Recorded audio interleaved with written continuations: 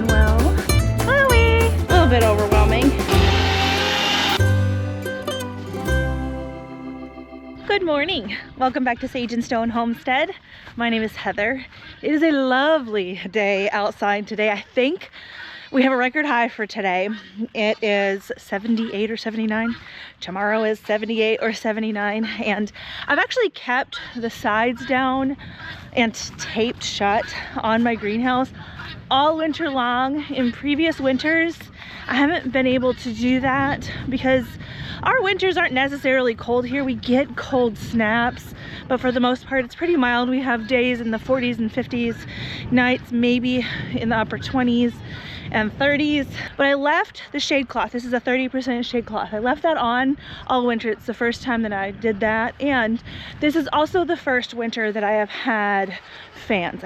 We put electricity in the greenhouse this year, and I have these vents here that open up, and the fans just blow the hot air from the peak of the greenhouse out the doors and the vents. And so far it's been mostly okay, but given the temperatures of today, I don't know. Let's see how warm it is right now. It doesn't feel too bad in here. It is over 80 though. We will be cleaning this off at some point, I promise. But yeah, a little bit over 80. This is in the sun, so I am sure that contributes. I don't really want to throw things like this kale into bolting quite yet. The heat can do that, so I'm gonna open up the sides for the first time since fall time, I guess.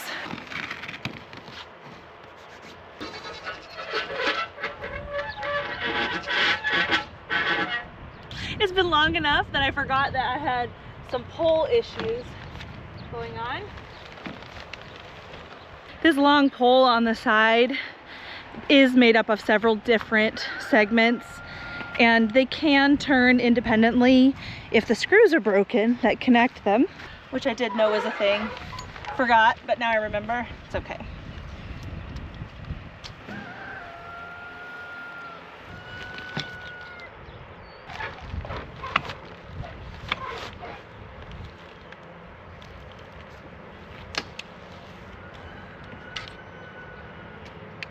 There we go. Now this is definitely the time of year where I have to raise and lower the sidewalls kind of frequently. Not necessarily because of the temperature, but possibly. Our estimated last frost date isn't until around April 9th, but it could definitely come later as well. I do have some frost tender things sewn in here, but mostly it's because of the wind. We get some very intense winds, really in the springtime and in the fall time, but we're coming up on the more intense springtime severe weather season, and I like to close down the sides because 60-mile-per-hour winds, they're not fun anyway, but especially with something like this, I really don't want that kind of a wind blowing in there. Some of the plants that I sowed that are frost tender are some jalapeno peppers in this bed. This is a fake snake. It guards my seedlings from the birds.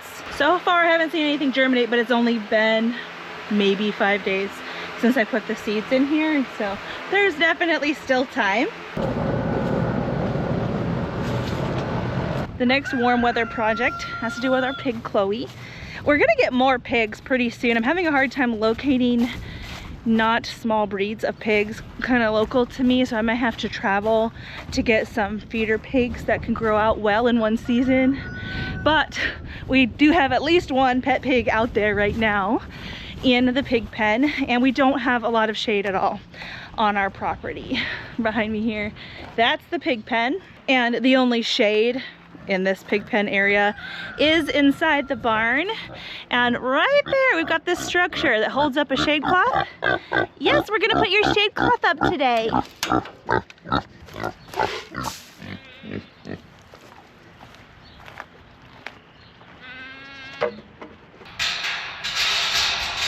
Underneath the shade cloth framing is an area where our previous set of pigs had dug a wallow, and it does hold a lot of water, but it kind of cooks off pretty fast in the heat and in the sunlight.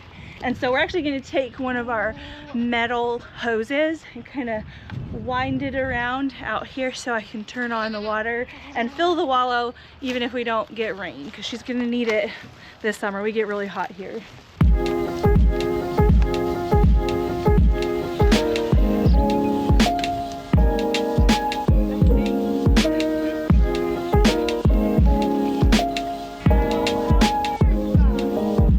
Zip ties to connect them. Zip ties do break down in the sunlight. Some of them are better than others. This should at least last the season.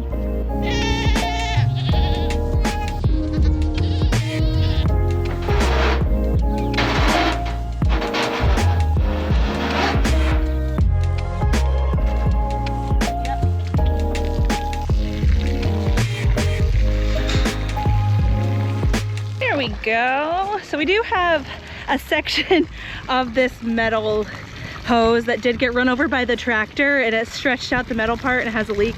As long as we aim the leak towards the wallow, it really shouldn't matter. Chloe! Come check it out! Oh, she got it.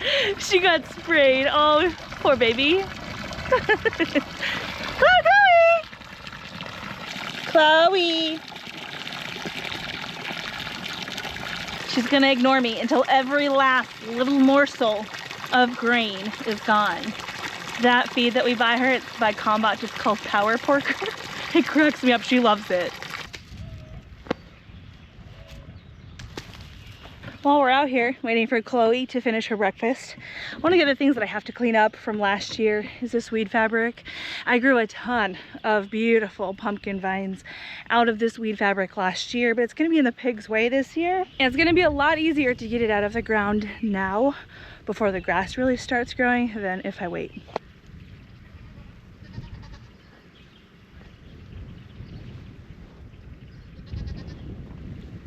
See this land down here? Basically pure clay. Look, that's a shell to a pumpkin seed that grew amazing pumpkins out of this clay soil last year. Many people will tell you you can't grow anything in clay soil. You can. You absolutely can. Some of my best harvests have been planted in clay soil. Are you ready to look at your wallow now? It's about time for me to shut it off. Come here, let's go see your wallow. Come on. There's some honeybees out here collecting water. Chloe.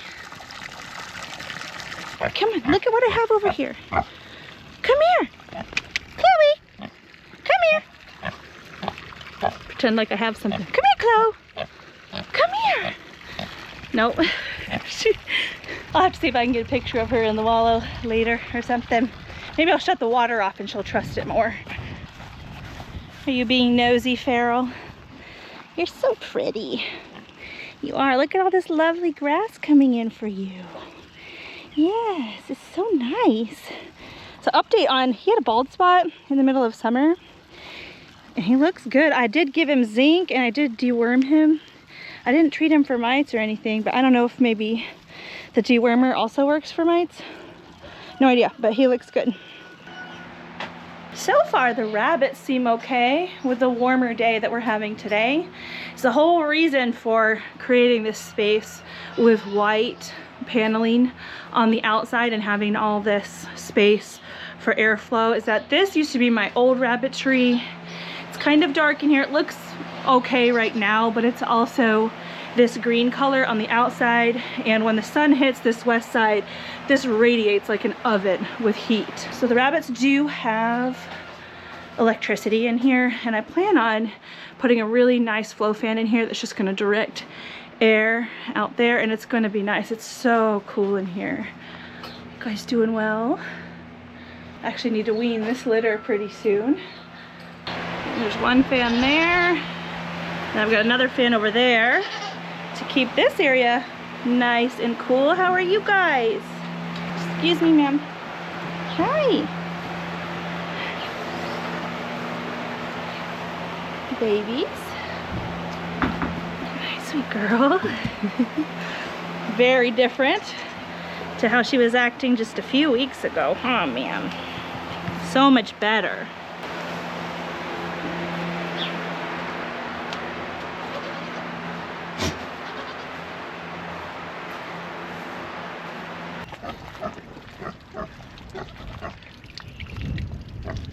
Chloe! Oh, she's camera shy today. Chloe! Right here, baby! Chloe, Chloe!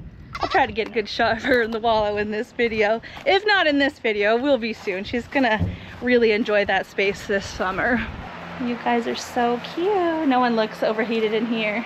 It's not gonna be as hot as it will get this summer, but you know, coming off of winter, sometimes the first 80-degree day can be a little bit overwhelming. They look good though, don't ya? You look good. A lot of the goats have started to shed their winter hair and get their nice, sleek summer look. Winnie's about halfway there. Breezy's one goat that gets a nice, full, long coat in winter, but she's sleeking out a lot. Oh, Katie.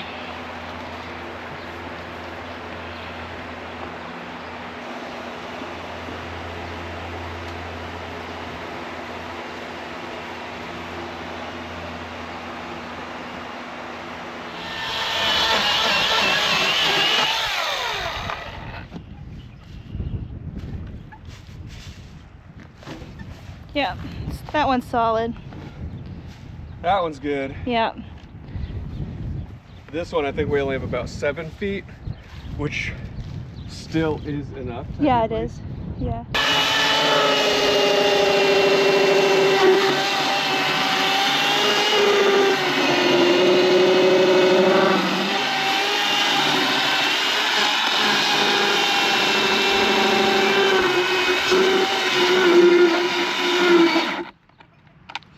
I was just wondering how long the batteries last.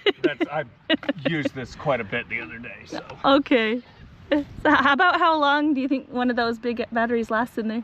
I don't know, I haven't really paid attention. Long enough to not be annoying. It's like, it's right on the edge. Okay. Especially considering they're $250 a piece. Yeah, the batteries. So if you don't have a lot of them, it is annoying. He said if you don't have a lot of batteries, it is annoying. Levi has a lot of battery tools. He said it's one of his best changes that he's made to his tool collection is making sure that he doesn't necessarily need to have gas in it, doesn't necessarily need to be close to a power plug. So he's got a lot of battery tools, and right now he's cutting up some of these electric poles that we've had laying on our property for a little while. We like to use these as fence posts.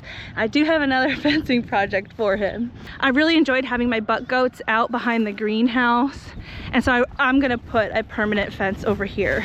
You can see the electric fencing is kind of going out this way. The new fence, the permanent fence, is going to connect to the corner of the pig pen there and then go out around this way. There's going to be a corner post somewhere here, and then it's going to jut over this way and connect to the corner of that little buck pen right there. There's going to be a gate on this side and on the pig side, so we can get tractors and things through, and I can come through with things like hay and whatever, and I'll have access again to my lane. Right now the goats are out here. This growing space I plan to utilize more this year than I did last year. You can see the skeletons of the black-eyed peas. It's actually chicken and dumplings cowpeas that I grew out here last year. This area is 100 feet long, so it's a good amount of growing space, and we are going to be slowly converting it into raised beds. While I don't necessarily mind growing in the ground in weed fabric has been historically hard for me to keep up with, as you can see, and I find growing in raised beds easier for me. I find them easier to amend and things like that. So I'm going to be converting this space to a raised bed space, but I need to keep the goats off of this end too, because they're able to get from over there all the way back here and around, which I like, because if I don't have the goats back here, I have to mow it, and it feels like wasted time when I've got animals that could eat it.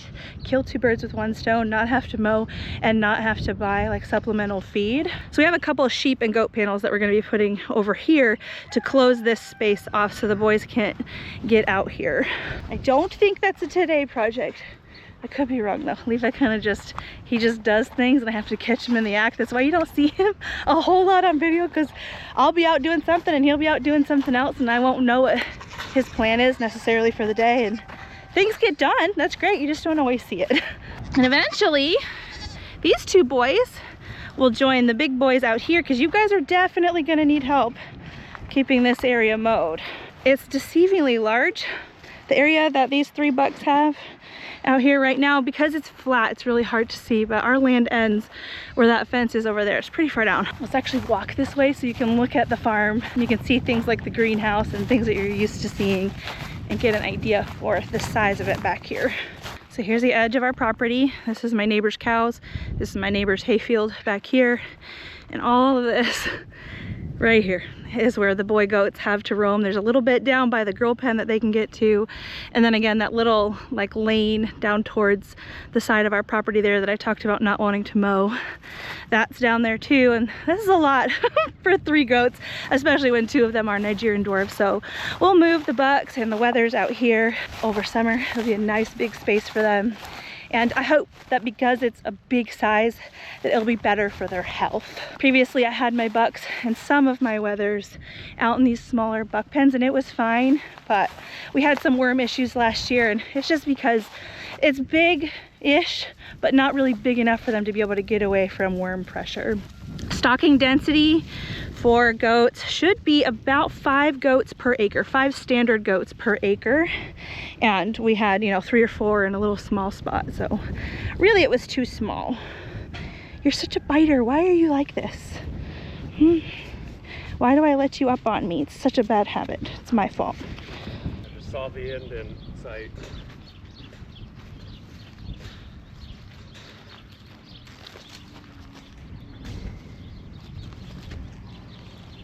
Yeah, I'm gonna have to put a T-post in the middle of each of them.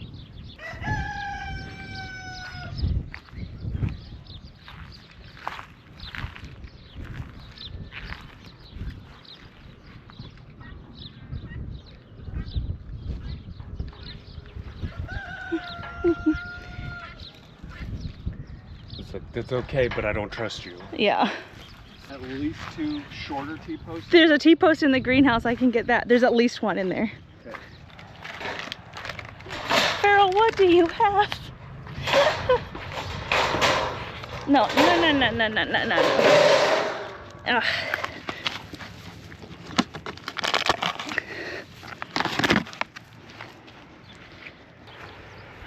Normally goats don't try to eat things that they shouldn't. Farrell seems to be the exception to the rule. He ate 10 inches worth of measuring tape a couple days ago.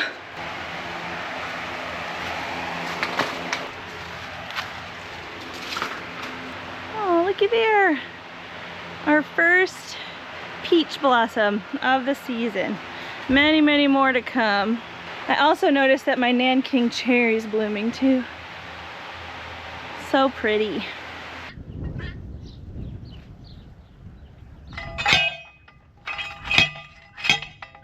At least the ground is soft. Yeah.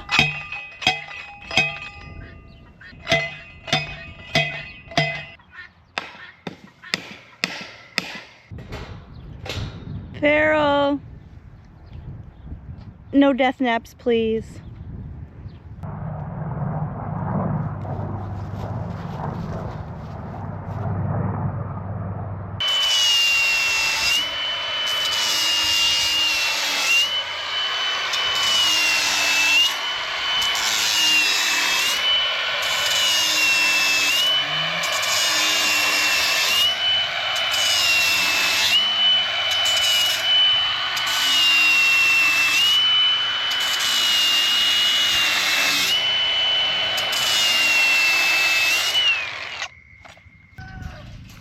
Soft. Oh, that's what you meant. And yeah, that'll do it. The arc in it should also make it a little more stable. Okay.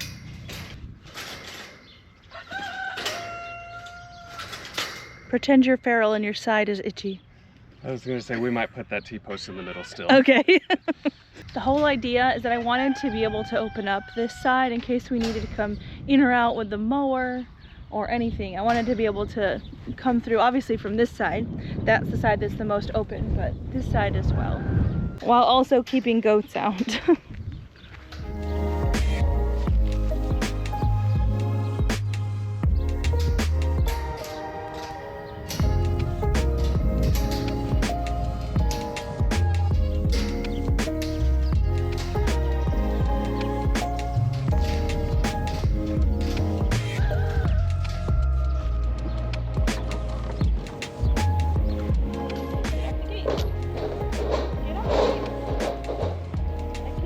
my day. You have to back up. Under. Ugh.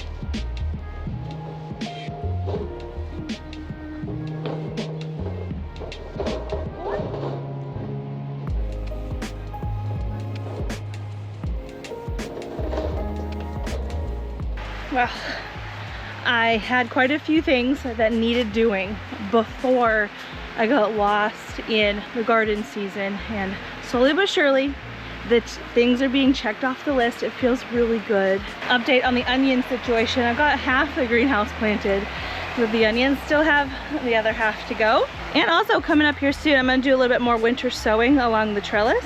We still have, it's about 4 weeks until our estimated last frost, but I think I can get away with it here in the greenhouse. Anywho, I hope you enjoyed, and I hope your early spring is going well. I'll see you guys again soon.